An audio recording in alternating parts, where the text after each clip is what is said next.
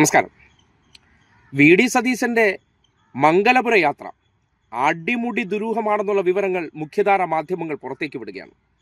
മുഖ്യമന്ത്രി ആകുന്നതിന് മുന്നേ മുഖ്യമന്ത്രി ചമഞ്ഞ് ആ സ്ഥാനത്തെ കച്ചവടം ചെയ്യാൻ അദാനി ഗ്രൂപ്പ് പ്രസിഡന്റായിട്ടുള്ള കിഷോർ ആൽവയുമായി മെയ് 1-ാം തീയതി NDA നേതാവിൻ്റെ വീട്ടിൽ വെച്ച് കൂടിക്കാഴ്ച നടത്തിയെങ്കിൽ കേരളത്തിൽ മുഖ്യമന്ത്രി സ്ഥാനം BJPക്ക് അടിയറവ് വയ്ക്കുകയാണ്. ആരിലൂടെ?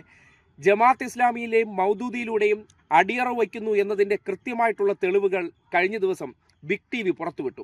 അല്ലെങ്കിൽ രാഹുൽ ഗാന്ധി നഖശികാന്തം എതിർക്കുന്ന അദാനി, അതായത് പ്രധാനമന്ത്രി നരേന്ദ്രമോദിക്ക് വേണ്ടി ഏജന്റ് പണി ചെയ്യുന്നു, ഈ നാടിൻ്റെ മുഴുവൻ ആകാശവും ഭൂമിയും കടലും എല്ലാം അദാനിക്ക് എഴുതി കൊടുത്ത് ഒരു ദുരൂഹ കച്ചവടക്കാരനാണ് അദ്ദേഹം, നരേന്ദ്രമോദിയുടെ മുഴുവൻ ബിസിനസ്സുകളും നടത്തിക്കുന്നവരാണ് എന്ന രീതിയിൽ വിമർശിച്ചു കൊണ്ടിരിക്കുന്ന രാഹുൽ ഗാന്ധിയെപ്പോലും മറികടന്നു ആ വാക്കിന് പുല്ലുവില കൽപ്പിച്ചുകൊണ്ടും മംഗലാപുരത്ത് അദാനി ഗ്രൂപ്പ് അയച്ചു കൊടുത്ത പ്രത്യേക ചാർട്ടേഡ് വിമാനത്തിൽ നേരെ മംഗലാപുരത്തെത്തി BO ഫറൂഖ് എന്ന NDAയുടെ MP ചേർന്ന് നരേന്ദ്രമോദിയുടെ ചിത്രത്തിന് താഴെയിരുന്ന് അദ്ദേഹത്തിൻ്റെ വീട്ടിൽ സ്വകാര്യമായി നടത്തിയ കൂടിക്കാഴ്ചയിൽ എന്ത് ഡീലാണ് സതീശൻ ഉറപ്പിച്ചതെന്ന് ഈ വാർത്തയെ മുൻനിർത്തിക്കൊണ്ട് കേരളത്തിൽ മറുപടി വരേണ്ടതുണ്ട്.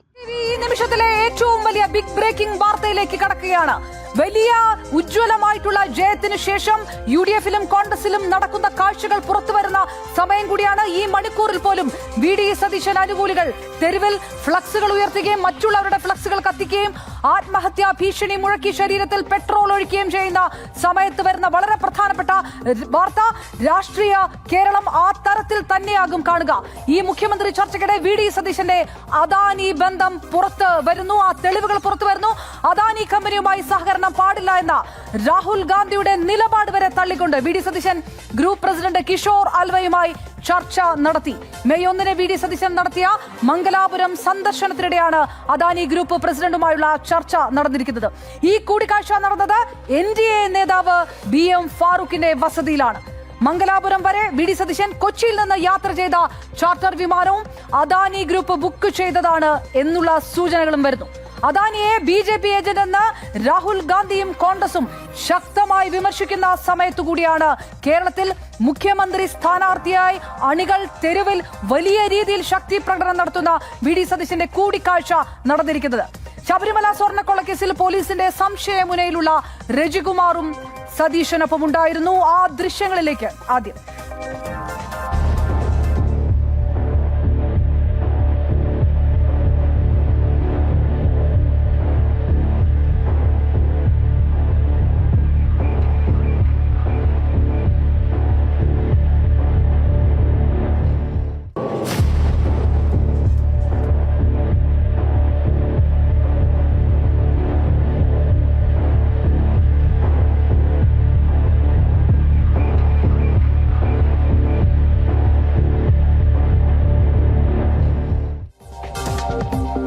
ഒരു വശത്ത് മുഖ്യമന്ത്രി കസേരയ്ക്ക് വേണ്ടിയുള്ള തർക്കം തെരുവിൽ നടക്കുമ്പോഴാണ് കോൺഗ്രസ് ദേശീയ നേതൃത്വത്തിന് പ്രഖ്യാപിത നിലപാടുകൾ വരെ കാറ്റിൽ പറത്തിക്കൊണ്ട് VD സതീശൻ നടത്തിയ മംഗലാപുരം യാത്രയുടെ ദുരൂഹതകൾ പുറത്തുവരുന്നത്. ബിഗ് TV ബിഗ് ബ്രേക്കിംഗിലൂടെ ഇതൊരു വെറുമൊരു യാത്രയല്ല. കോൺഗ്രസ് ആരെയാണോ രാജ്യത്തെ ഏറ്റവും വലിയ ശത്രുവായി കാണുന്നത് ആ അദാനി ഗ്രൂപ്പുമായി VD സതീശൻ കൈകോർക്കുന്നു എന്ന ഗുരുതരമായ ആരോപണം മുന്നിൽ നിൽക്കുകയാണ്. കേട്ടല്ലോ, മുഖ്യമന്ത്രി ആയിട്ടില്ല.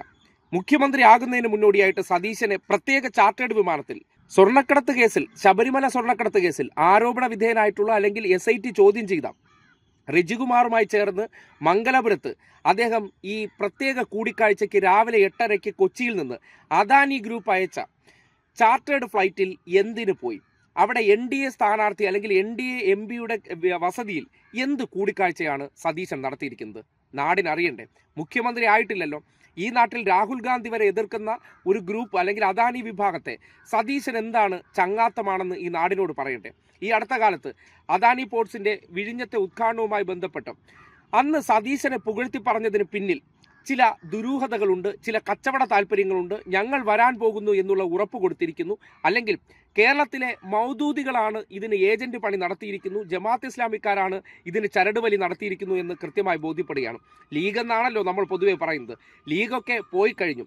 മൗദൂദികളും സുഡാപ്പികളും കയ്യേറിക്കഴിഞ്ഞ ലീഗിനകത്ത് നിന്നുകൊണ്ട് ലീഗിൻ്റെ മറപറ്റിക്കൊണ്ട് സതീശനെ നേരെ മംഗലാപുരത്തെത്തിച്ച് അവർ ഉറപ്പിച്ച ഡീൽ എന്താണ്, വിഴിഞ്ഞം വഴിയൊക്കെ ഇനി കൊണ്ടുവരാൻ ഇവർ ഉദ്ദേശിക്കുന്നത് എന്നതിനെ സംബന്ധിച്ചുള്ള കച്ചവട ഡീലായിരുന്നോ നടന്നത് എന്നതിനെ സംബന്ധിച്ച് കൃത്യമായിട്ട് നാടിന് പുറത്തറിയേണ്ടിയിരിക്കുന്നു. എന്തുകൊണ്ടാണ് വി ഡി സതീശൻ മുഖ്യമന്ത്രി ആകാൻ പാടില്ല? ഇമാതിരി ദുരൂഹതകൾ നിറഞ്ഞൊരു വ്യക്തിത്വമാണ്. ദുരൂഹ പ്രവർത്തനങ്ങൾ മാത്രം ചെയ്യുന്ന ഒരു വ്യക്തിയെ എങ്ങനെയാണ് കേരളത്തിൻ്റെ മുഖ്യമന്ത്രിയാക്കുക? ചില താല്പര്യങ്ങൾ, ചില ഡീലുകൾക്ക് വേണ്ടി സതീശൻ മുഖ്യമന്ത്രി ആയേ മതിയാകുള്ളൂ എന്ന് ഇവിടെ ജമാഅത്ത് ഇസ്ലാമിക്കാരും ഒപ്പം തന്നെ ലീഗിൻ്റെ മറപറ്റി നിൽക്കുന്ന സുഡാപ്പികളെല്ലാം കൂടി ചേർന്ന് തെരുവിലിറങ്ങി ഈ പ്രശ്നമുണ്ടാക്കുന്നതിന് പിന്നിൽ ചില നിക്ഷിപ്ത താല്പര്യങ്ങളുണ്ട്, ചില ഡീലുകളുണ്ട്. അതെല്ലാം പറഞ്ഞുറപ്പിച്ച് സതീശൻ എന്ന മരപ്പാവയെ മുന്നിൽ നിർത്തിക്കൊണ്ട് അത്തരം ഡീലുകൾ നടത്താൻ കേരളത്തിൽ അദാനി ഗ്രൂപ്പുമായി ചേർന്ന് ഈ കർണാടകയിലെ NDA MP-യുമായി ചേർന്ന് ഒരു കൂട്ടുകച്ചവടത്തിന് അവസരമുണ്ടാകുന്നു എന്നതിൻ്റെ ഒരു നേർസാക്ഷ്യമായിട്ട് വേണം ആ കൂടിക്കാഴ്ചയെ കാണാൻ. എന്തായാലും ഇത്രയും വലിയൊരു വിവാദം പുറത്തേക്ക് വരുമ്പോൾ കേരളത്തിലെ പല മുഖ്യധാരാ മാധ്യമങ്ങളും ഈ വാർത്ത ഏറ്റെടുക്കാതെ സതീശന് വേണ്ടി നിലകൊള്ളുന്ന കാഴ്ച കൂടി നാട് കാണേണ്ടതാണ്. ഈ നാട്ടിൽ മാധ്യമങ്ങൾക്ക് സതീശൻ ഇവരിൽ നിന്നെല്ലാം പിരിച്ചെടുത്ത പണത്തിൻ്റെ വിഹിതം മുതലാളിമാർക്ക് കൊണ്ട് കൊടുത്തപ്പോൾ ആ മുതലാളിമാർ എങ്ങനെയാണ് സ്വന്തമായിട്ട് മാധ്യമപ്രവർത്തകർ എന്ന പേരിൽ പുറത്തേക്ക് ഇട്ടയ്ക്കുന്ന അടിമകളോട് ആ വിഷയത്തിൽ മിണ്ടരുത് എന്ന് നിർദ്ദേശം കൊടുത്തപ്പോൾ അത്തരം വാർത്തകൾ ഒരുമിച്ച് കേരളത്തിലെ ചില മാധ്യമങ്ങൾ മുക്കുന്നിടത്ത് അദാനി ഗ്രൂപ്പുമായി രാഹുൽ ഗാന്ധി എതിർക്കുന്ന വ്യക്തിയുമായി, അതായത് കിഷോർ ആൽവിയുമായിട്ടുള്ള കൂടിക്കാഴ്ചകളിൽ എന്ത് ഡീൽ ഉറപ്പിച്ചു, അദാനി പോർട്ട് കേരളത്തിൽ വിഴിഞ്ഞം തുറമുഖ പദ്ധതി ഓപ്പറേറ്റ് ചെയ്യുമ്പോൾ കർണാടകയിൽ പോയി അതിൻ്റെ ഗ്രൂപ്പ് പ്രസിഡന്റുമായി ചർച്ച നടത്തണമെന്നുണ്ടെങ്കിൽ അത് നിസ്സാരമായി തള്ളിക്കളയാൻ പറ്റില്ല. അതിൻ്റെ പിന്നിൽ വലിയ ഡീലുണ്ട്. അവിടെ NDA നേതാവ് ഉണ്ടായിട്ടുണ്ടെങ്കിൽ നരേന്ദ്രമോദിയുടെ ചിത്രത്തിന് താഴെ ഇരുന്ന് നടത്തിയ ആ ചർച്ച അടിമുടി ദുരൂഹമാണ്. അതിൻ്റെ യാഥാർത്ഥ്യം എന്താണെന്ന് പല മാധ്യമങ്ങളും ഒളിപ്പിച്ചു പിടിച്ചാൽ കേരളത്തിന് അറിയേണ്ടതുണ്ട് എന്നുള്ളതാണ് വസ്തുത.